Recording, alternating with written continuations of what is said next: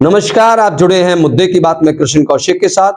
आज का हमारा मुद्दा है कि क्या दिल्ली में भाजपा की सरकार बनने के बाद दिल्ली पुलिस के नाम पर होने वाली अवैध उगाही के रेट बढ़े हैं? कौन है वो लोग जो इंडिया गेट पर मूंगफली, शकरकंदी, छोले कुलचे जैसे छोटे मोटे धंधा करने वालों से रोजाना अवैध वसूली करते हैं? इस तरह की अवैध वसूली करने वाले किसके प्यादे हैं?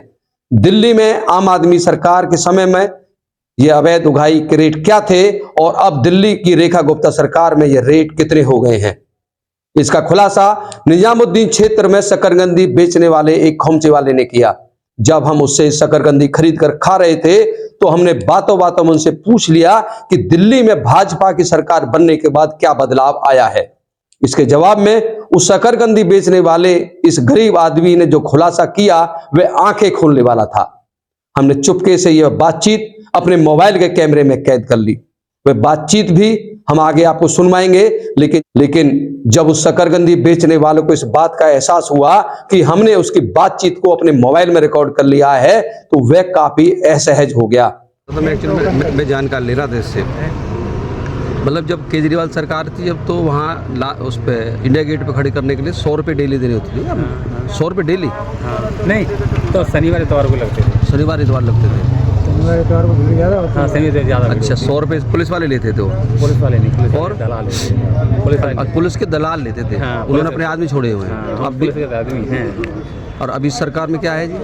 अब भी दलाल हैं उनके। अच्छा, अब क्या लेते हैं वो? 200 रुपये ले रहे हैं। अब पर डे लेते हैं 100 और शनिवार इतवार को 200।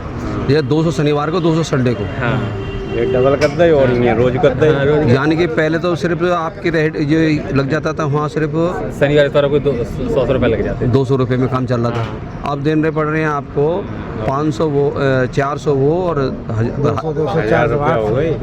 अब 800 रुपये में डबल हो गया। तो मार पड़ी गरीब आदमी पे तो, हैं? तो बीजेपी सरकार, रेखा सरकार ज़्यादा दुखदाई हो रही तुम्हारे लिए तो। सुविधा कम वहाँ तो सब ऐसा ही होता है, मगर फिर साहब हम लोग भी ऐसा है कि हम लोग भी इसी में देते हैं, कोई घर से नहीं लाते हैं। नहीं, बात तो ठीक है, कमा रहे हो ना, कमाई में से दे रहे हो। बढ़ा देते रेट बढ़ा देते होंगे।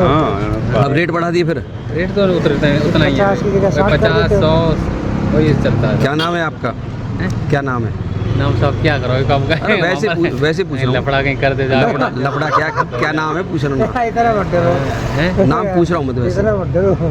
क्या नाम है? नाम तो सुभाष है हमारा। सुभाष। तो लफड़ा क्या होगा इसमें? नहीं, आप वहाँ पर जाके कहीं ये ऐसे ऐसे वहाँ कह रहा था।